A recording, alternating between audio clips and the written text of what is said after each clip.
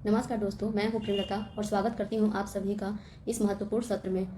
आज हम उत्तर प्रदेश लोक सेवा आयोग यानी यूपी पीसीएस 2023 के प्रारंभिक परीक्षा के इतिहास खंड के प्रश्नों को विस्तार से हल करने जा रहे हैं। इतिहास का सेक्शन न केवल स्कोर बढ़ाने का एक बेहतरीन मौका होता है, बल्कि ये आपके कॉन्सेप्ट्स को भी मजबूत करता है। इसलिए इस वीडियो को अंत तक जरूर देखें ताकि आप हर प्रश्न की गहराई इसे समझ सकें। हर प्रश्न को पहले पढ़ेंगे, फिर उसके विकल्पों का विश्लेषण करेंगे और अंत में सही उत्तर के पीछे का तर्क समझाएंगे। इससे न केवल आपको सही उत्तर मिलेगा, बल्कि आप आगे की परीक्षाओं के लिए बेहतर तरीके से तैयार भी हो पाएंगे। तो चलिए शुरू करते हैं। पहला प्रश्न, हमारा पहला प्रश्न है 1857 में, एक मिनट दोस्तों, 1857 में उत्तर प्रदेश में क्रांति का नेता कौन था? हजरत महल, नाना साहब, खान बहादुर खान, कुंवर सिंह। आपको बताना है बरेली में क्रांति के नेता कौन थे। तो आइए पहले 1857 की क्रांति के बारे में कुछ महत्वपूर्ण तथ्यों को देख लें हम। 1857 का विद्रोह 10 मई 1857 को स्टार्ट हुआ था। 10 मई 1857 को स्टार्ट हुआ तो मेरठ छावनी से। कहाँ से? मेरठ छावनी से। 1857 को विद्रोह को भारत का प्रथम स्वतंत्रता संग्राम भी कहा जाता है। भारतीय सिपाहियों ने गाय और सूअर के मांस के साथ कारतूसों का उपयोग करने से मना कर दिया, इसलिए अंग्रेजों ने सैनिकों पर अत्याचार करना शुरू कर दिया और विद्रोह हो गया। उन्होंने 11 मई को दिल्ली पर कब्जा कर लिया और बहादुर शाह जफर को भारत का सम्राट घोषित कर दिया। देश के कई हिस्सों में विद्रोह फैल गया। नाना साहब ने तात्या टोपे के साथ कानपुर में विद्रोह किया। नाना साहब और तात्या टोपे ये दोनों मिलकर कहाँ किए? कानपुर में। ये कानपुर में किए। मौलवी लियाकत अली ने इलाहाबाद में विद्रोह का नेतृत्व किया। मौलवी लियाकत अली इलाहाबाद में। बरेली में विद्रोह का नेतृत्व खान बहादुर खान ने किया। इसका सही उत्तर सी है। अवध की राजधानी लखनऊ में विद्रोह का नेतृत्व बेगम हजरत महल ने किया। ये लखनऊ से विद्रोह का नेतृत्व कर रही थी, जबकि कुंवर सिंह ने बिहार के आरा में 1857 के भारतीय विद्रोह का नेतृत्व किया। आरा कहाँ पे है? बिहार में विद्रोह का नेतृत्व किया। तो दूसरे का सही उत्तर क्या हो जाएगा? खान बहादुर खान, बरेली से। अगली प्रश्न की ओर बढ़ते हैं। अगला प्रश्न हमारा देखने को मिलता है प्रश्न नंबर 11। प्रश्न नंबर 11 कह रहा है, मिलिंद पन्हो राजा मिलिंद और तथा एक बौद्ध भिक्षु के मध्य संवाद के रूप में है। वह भिक्षु कौन है? उनका नाम पूछ रहा है। मिलिंद पन्हो के बारे में पहले हम समझते हैं। मिलिंद पन्हो है क्या? मिलिंद पन्हो एक बौद्ध ग्रंथ है। क्या है? बौद्ध ग्रंथ है। भारतीय बौद्ध भिक्षु नागसेन और भारतीय बौद्ध भिक्षु कौन है? नागसेन और बैक्ट्रिया के इंडो ग्रीक राजा मेनेंडर के बीच संवाद पर आधारित है, जिसने दूसरी शताब्दी ईसा पूर्व में शासन किया था। मिलिंद पन्हो बर्मी बौद्ध धर्म में विहित है, जिसे खुद्दक निकाय की पुस्तक के भाग के रूप में शामिल किया गया है। कैनन के चीनी महायान अनुवाद के हिस्से के रूप में एक संक्षिप्त संस्करण शामिल है।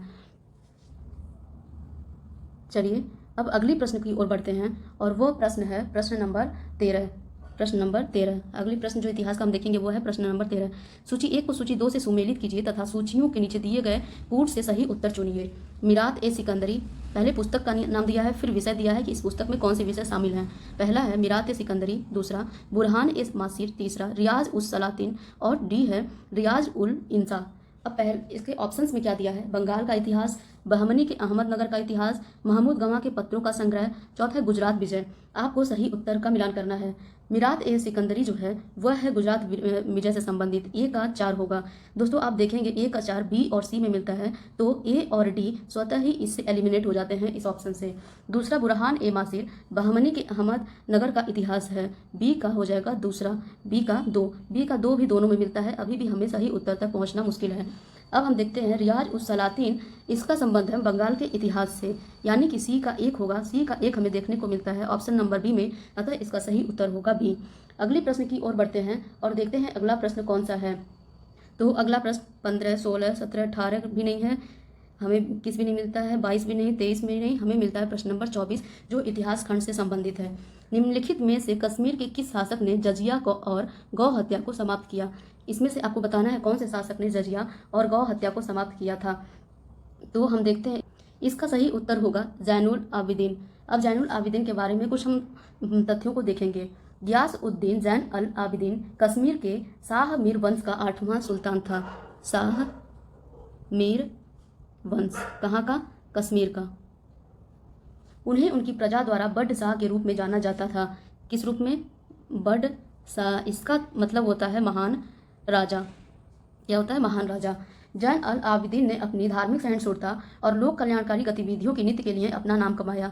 उसने कश्मीर के हिंदुओं पर जजिया को समाप्त कर दिया। हालांकि वह मुस्लिम शासक था, उसने गायों के वध पर प्रतिबंध लगा दिया और सती होने की अनुमति दी।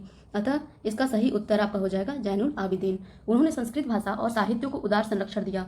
वह फारसी, संस्कृत और तिब्बती जानता था। उन्हीं के आदेश से महाभारत और कल्हड़ की राजतरंगिणी का फारसी में अनुवाद हुआ।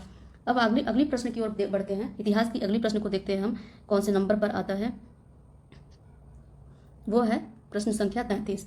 चूंकि हम इस प्रश्न पत्र का सेट डी कर रहे हैं, सेट डी, तो इसमें प्रश्न इधर से उधर दे रखे हैं। प्रश्न है 1918 के संयुक्त प्रांत किसान सभा का गठन निम्न में से किस नेता ने किया था? पंडित जवाहरलाल नेहरू, बाबा रामचंद्र ने, स्वामी सहजानंद सरस्वती ने या इंद्र नारायण द्विवेदी ने? आपको बताना है 1918 के संयुक्त प्रांत किसान सभा का गठन किस नेता ने किया। आइए देखते हैं। इसका सही उत्तर होगा इंद्र नारायण द्विवेदी ने। इंद्र नारायण द्विवेदी मदन मोहन मालवीय और गौरी शंकर मिश्र ने 1918 में लखनऊ में उत्तर प्रदेश किसान सभा की स्थापना की। इसमें कई कृषि जाति समूह शामिल थे। जून 1919 तक यूपी किसान सभा की 450 शाखाएं थीं। अन्य प्रसिद्ध नेताओं का भी नाम लिख लीजिएगा, पूछ लेता है। बाबा रामचंद्र, दुर्गापाल सिंह और झिंगुरी सिंह। अगली प्रश्न को देखते हैं, वह है प्रश्न नंबर 34। इसमें हम देखते हैं निम्नलिखित में से कौन सा संगठन दिल्ली में वायसराय लॉर्ड हार्डिंग पर बम फेंकने के लिए उत्तरदायी था? इसका सही उत्तर आपका हो जाएगा अनुशीलन समिति। अनुशीलन समिति के बारे में कुछ तथ्यों को देखेंगे। अनुशीलन समिति की स्थापना प्रमोता मित्तर द्वारा की गई थी और इसमें जतीन्द्रनाथ बनर्जी, वरिंद्र कुमार घोष और अन्य शामिल थे। किसके द्वारा की गई थी? प्रमोता मित्तर द्वारा। इसमें शामिल कौन थे? जतीन्द्रनाथ और वरिंद्र कुमार घोष। अप्रैल 1906 में अनुशीलन के भीतर एक आंतरिक मंडल ने साप्ताहिक युगांतर शुरू किया और कुछ असफल कार्यवाहियां आयोजित की। 1907 में युगांतर समूह द्वारा एक बेहद अलोकप्रिय ब्रिटिश अधिकारी सर फुलर को मारने पर एक असफल प्रयास किया गया था। अनुशीलन समूह के घोष बंधुओं अरविंदो और बारिंद्र को गिरफ्तार किया गया था, जिन पर अलीपुर साजिश मामले में मुकदमा चलाया गया। अलीपुर साजिश मामले में किस पे मुकदमा चलाया गया? वो थे अरविंदो और बारिंद्र कुमार घोष, जिसे विभिन्न रूप से मनिकटोला बम साजिश या मुरारीपुर साजिश कहा जाता है। दिल्ली में वायसराय लॉर्ड हार्डिंग पर बम फेंकने के लिए रास बिहारी बोस प्राथमिक साजिशकर्ता थे। कौन थे? रास बिहारी बोस। जब वे अपनी नई राजधानी दिल्ली में प्रवेश कर रहे थे तब उन पर बम फेंकने की कोशिश की गई थी। अखिल भारतीय मजदूर संघ के बारे में कुछ तथ्यों को देखेंगे। All India labour association Bharat में एक राष्ट्रीय स्तर का ट्रेड यूनियन संगठन था। इसकी स्थापना 1920 में विभिन्न उद्योगों और क्षेत्रों में श्रमिकों के अधिकारों और कल्याणों को बढ़ावा देने के उद्देश्य से की गई थी। युगांतर के बारे में कुछ तथ्यों को समझेंगे। युगांतर की स्थापना 1906 में कब हुई थी? 1906 में एक क्रांतिकारी राष्ट्रवादियों के एक समूह द्वारा की गई थी, जिसमें बारिंद्र कुमार घोष, भूपेंद्र दत्ता और अरविंद घोष और अन्य शामिल थे। अखबार ने क्रांतिकारी विचारों को बढ़ावा देने, ब्रिटिश औपनिवेशिक शासन से भारत की स्वतंत्रता की वकालत करने और युवाओं को स्वतंत्रता आंदोलन में शामिल होने के लिए प्रेरित करने के लिए एक मंच के रूप में कार्य किया। अब हम देखेंगे यूनाइटेड पेट्रियाटिक संघ क्या थी। यूनाइटेड इंडियन पेट्रियाटिक एसोसिएशन 1888 में सर सैयद अहमद खान और बनारस के राजा शिव प्रसाद सिंह द्वारा स्थापित सर सैयद अहमद खान और शिव प्रसाद सिंह द्वारा स्थापित एक राजनीतिक संगठन थी।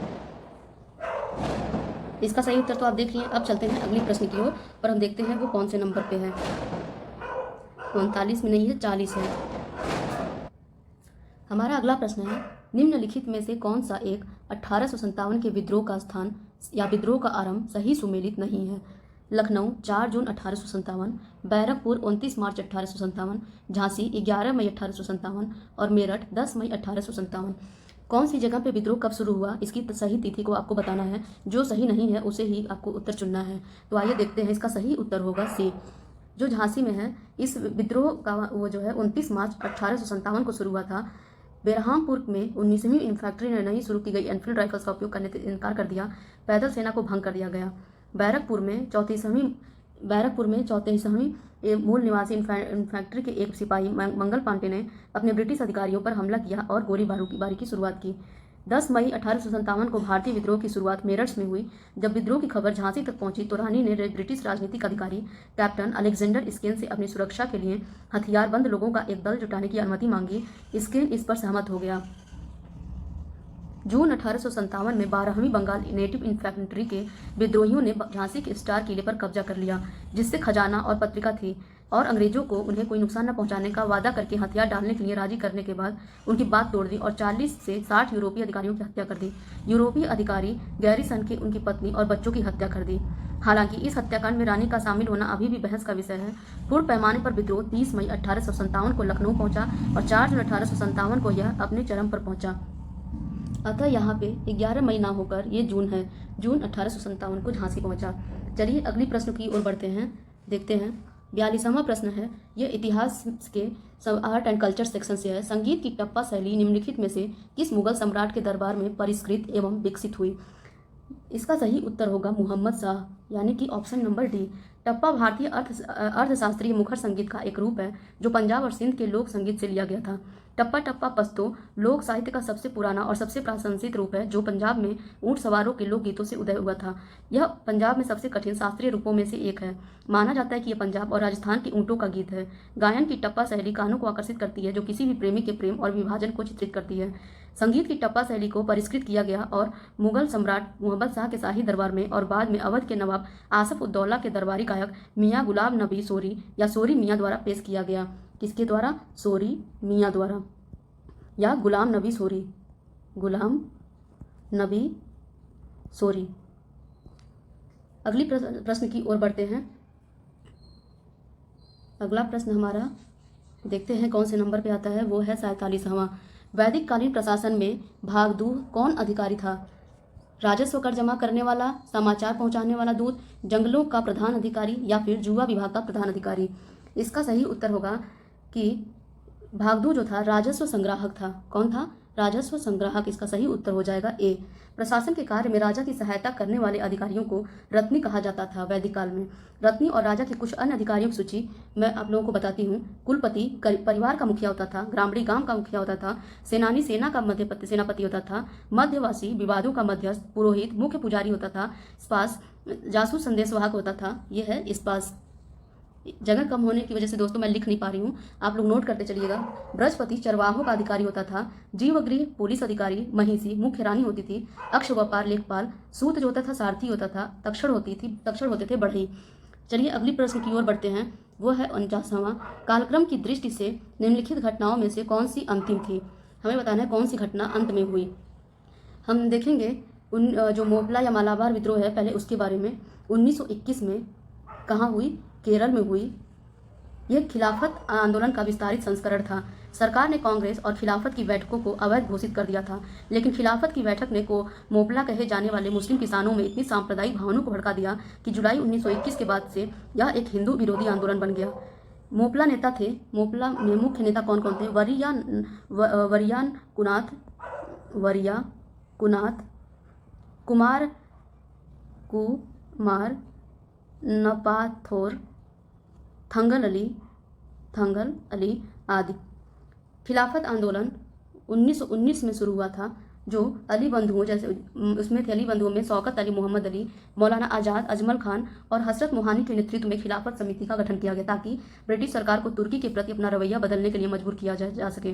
कांग्रेस ने आंदोलन का समर्थन किया और महात्मा गांधी ने इसे असहयोग आंदोलन से जोड़ने की कोशिश की। समर्थकों की मांग थी कि तुर्की सुल्तान या खलीफा को तत्कालीन तुर्क साम्राज्य में मुस्लिम पवित्र स्थानों पर नियंत्रण बनाए रखना चाहिए। जजीरत उल अरब यानी कि अरब, सीरिया, इराक, फिलिस्तीन मुस्लिम संप्रभुता के अधीन रहना चाहिए। जलियांवाला बाग हत्याकांड 13 अप्रैल 1919 को हुआ। 13 अप्रैल 1919 को हुआ, जबकि होम रूल लीग 1916 में शुरू हुआ था। जैसा कि आप सभी लोगों को पता होगा कि home rule league 2 home rule league थी, जिसमें पहला जो था बाल गंगाधर तिलक ने अप्रैल 1916 में बेलगाम में इंडियन होम रूल लीग की शुरुआत की और एनी बेसेंट ने सितंबर 1916 में मद्रास में होम रूल लीग की शुरुआत की। इन दोनों होम रूल लीग का लक्ष्य था भारत में स्वशासन प्राप्त करने का सामान्य उद्देश्य था। तिलक का होम रूल आंदोलन महाराष्ट्र, कर्नाटक, मध्य प्रांत और बरार में आधारित था, जबकि बेसेंट का आंदोलन शेष भारत में था। अतः इसका सही उत्तर होगा बी, मोपला विद्रोह जो है सबसे अंत में हुआ। चलिए अगले प्रश्न की ओर बढ़ते हैं और वो देखते हैं कौन से नंबर पे आता है अगला प्रश्न। प्रश्न नंबर 53 है, निम्नलिखित में से कौन सा सही सुमेलित नहीं है? गुलबदन बेगम बाबर की पुत्री थी, इल्तुतमिश रजिया के पिता थे, हमीदा बानो बेगम अलाउद्दीन खिलजी की पत्नी थी, शाह तुर्कान इल्तुतमिश की पत्नी थी। कुछ औरतों के नाम दिए गए, महिलाओं के नाम, जिन्हें बताना है इन शासकों से उनका क्या संबंध था। हमीदा बानो बेगम दूसरे मुगल बादशाह हुमायूं की पत्नियों में से एक थी। क्या थी? हुमायूं की पत्नियों में से एक थी। वह खिलजी सुल्तान अलाउद्दीन खिलजी से संबंधित नहीं थी, अतः ये सही होगा, यानी कि ये गलत है उत्तर इसका। रजिया इल्तुतमिश की पुत्री थी, ये सत्य है। रजिया सुल्तान दिल्ली की गद्दी पर बैठने वाली पहली मुस्लिम महिला थी। दिल्ली के अमीर रजिया को दिल्ली के सुल्तान के रूप में पसंद नहीं करते थे और उसके खिलाफ साजिश रचते रहते थे। गुलबदन बेगम वह मुगल सम्राट के संस्थापक सम्राट बाबर की बेटी थी और शाह तुर्कान जो थी दिल्ली के मामलुक शासक इल्तुतमिश की उपपत्नी थी। अतः ये तीनों ऑप्शन सही हैं और ये हमीदा बानो बेगम ही मैच नहीं कर रही है, अतः इसका सही उत्तर सी हो जाएगा। चलिए अगले प्रश्न की ओर बढ़ते हैं।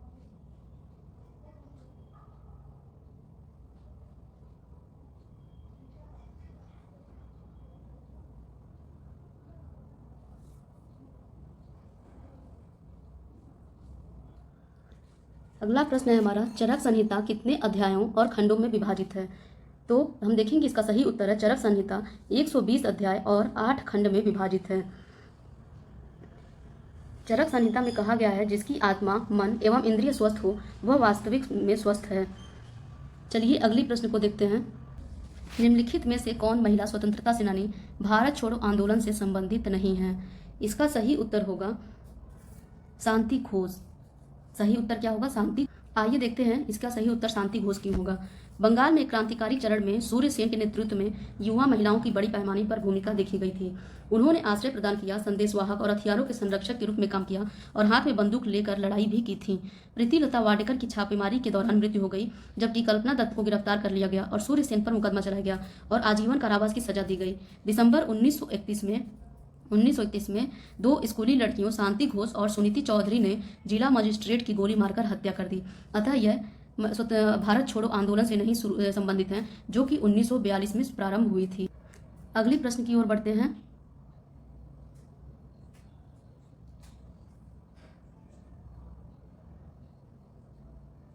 अगला प्रश्न हमारा है, निम्नलिखित पेशवाओं के शासनकाल पर विचार कीजिए तथा उन्हें काल क्रमानुसार व्यवस्थित कीजिए।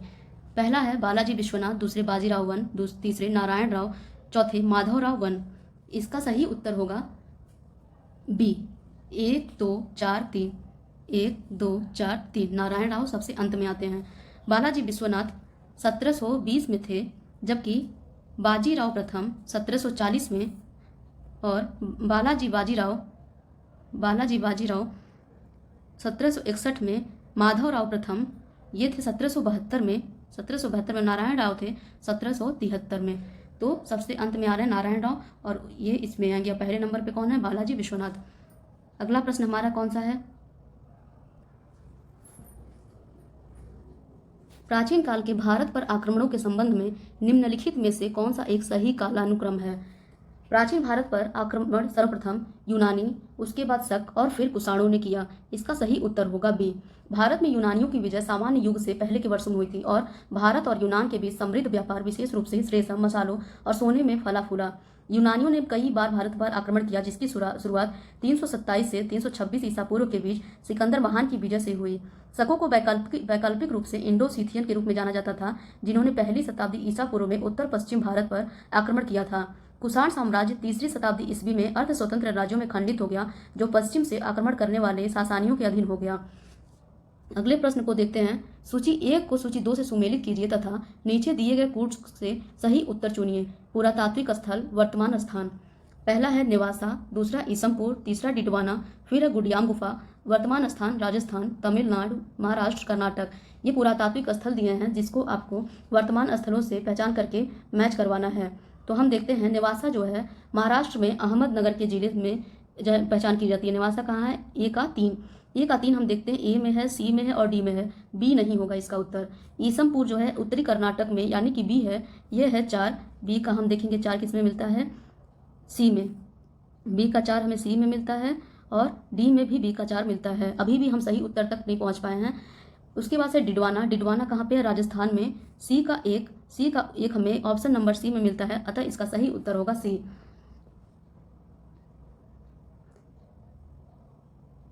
इनके इन स्थानों के बारे में हमें कुछ फैक्ट्स देखने हैं। ईसमपुर जो है वो नवपाषाण काल से संबंधित है। नेवासा, ईसमपुर निम्न पूरा पाषाण काल से। डिडवाना जो है, डिडवाना या निम्न पूरा पाषाण काल।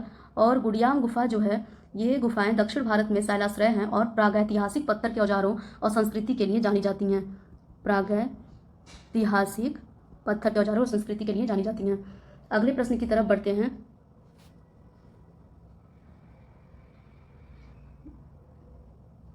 देखते हैं अगला प्रश्न कौन सा है।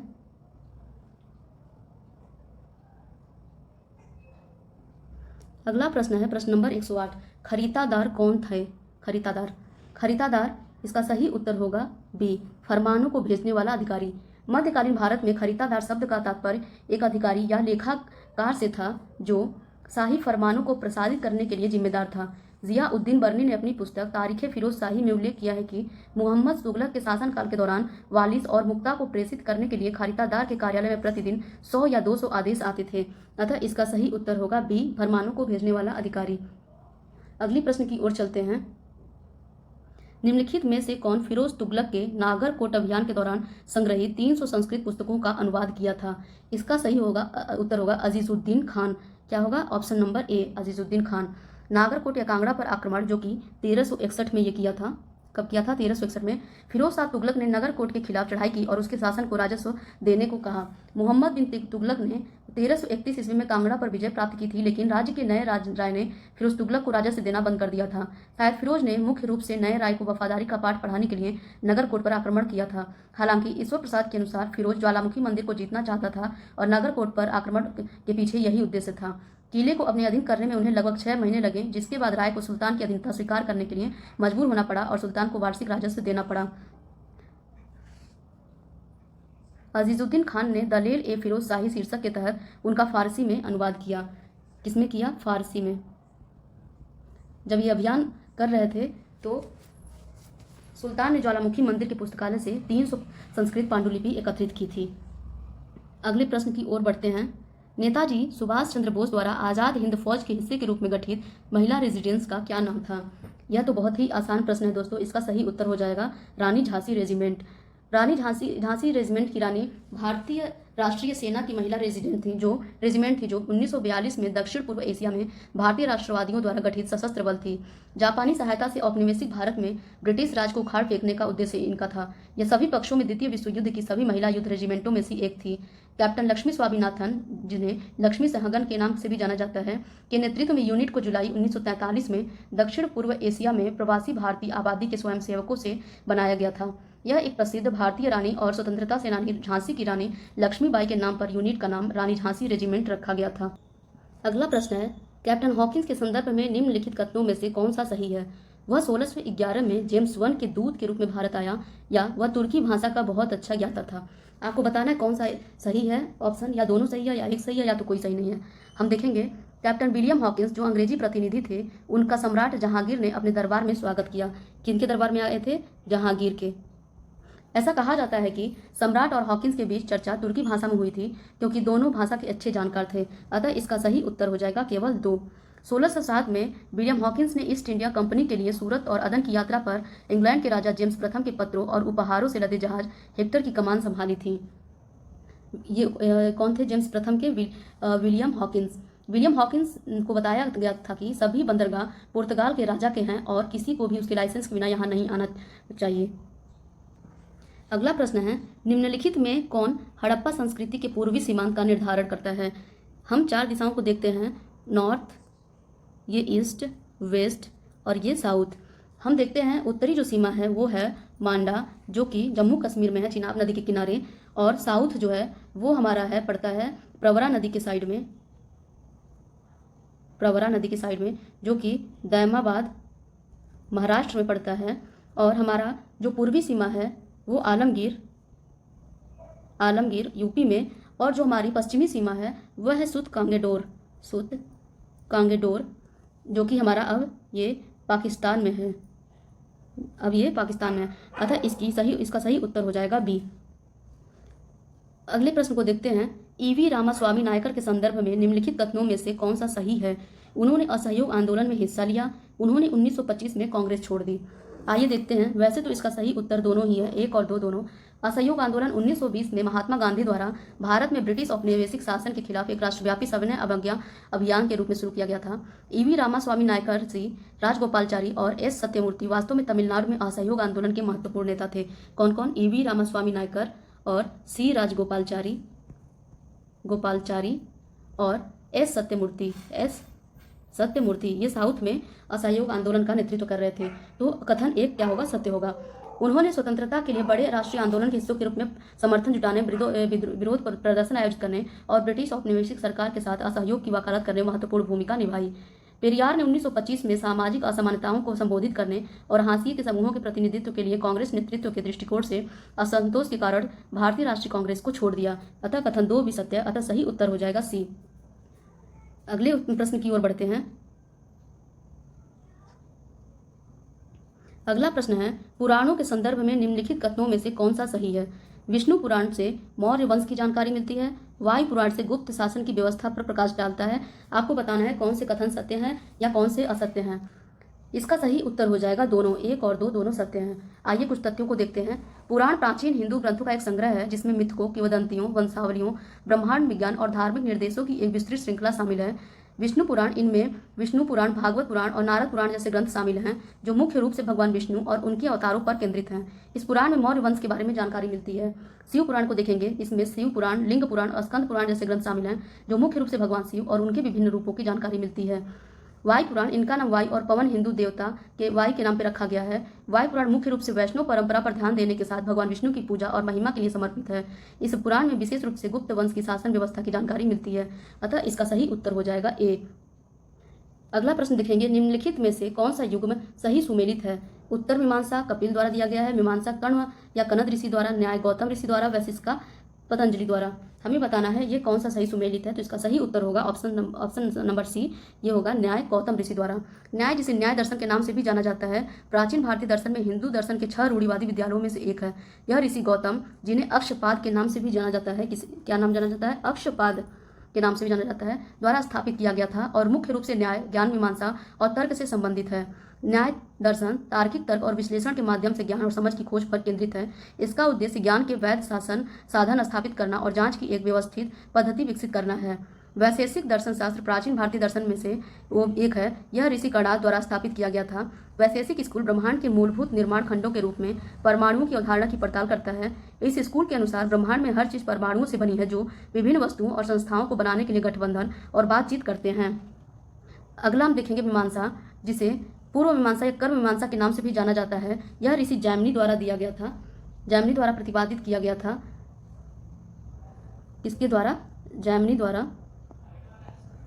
और हमारा वैशेषिका जो था, वैशेषिका ऋषि कणाद द्वारा और न्याय गौतम द्वारा, और उत्तर मीमांसा भी हमारी योग दर्शन की उत्पत्ति पतंजलि के योग सूत्र से हुई है। योग शब्द का शाब्दिक अर्थ है 2 प्रमुख संस्थाओं का मिलन। इस विचारधारा ने तर्क दिया कि ध्यान और योग तकनीकों के भौतिक अनुप्रयोग के संयोजन से मोक्ष प्राप्त किया जा सकता है। योग विद्यालय योगाभ्यास के अनुप्रयोग का समर्थन करते हैं क्योंकि वे मनुष्यों को उनके दिमाग, शरीर और मुद्रा को नियंत्रित करने में मदद करते हैं। चलिए, आज का इतिहास का जो सेक्शन था वो हम समाप्त कर दिए हैं। अगले हिस्से में हम ज्योग्राफी या फिर पॉलिटी के सेक्शन को हल करने का प्रयास करें। तो दोस्तों ये था यूपी पीसीएस 2023 प्रारंभिक परीक्षा के इतिहास खंड का पूरा विश्लेषण। उम्मीद है कि आपने हर प्रश्न को अच्छे से समझा होगा और आपके कॉन्सेप्ट्स पहले से ज़्यादा मजबूत हुए होंगे। याद रखिए, लगातार अभ्यास ही सफलता की कुंजी है। हर दिन थोड़ा थोड़ा पढ़ते रहिए तो एक दिन बड़ी सफलता जरूर मिलेगी। अगर आपको वीडियो अच्छा लगा हो तो कृपया लाइक करें, चैनल को सब्सक्राइब करें और कॉमेंट करके बताएं कि अगला वीडियो किस टॉपिक पर चाहिए। धन्यवाद। फिर मिलेंगे एक नए वीडियो के साथ। तब तक पढ़ते रहिए, बढ़ते रहिए। जय हिंद।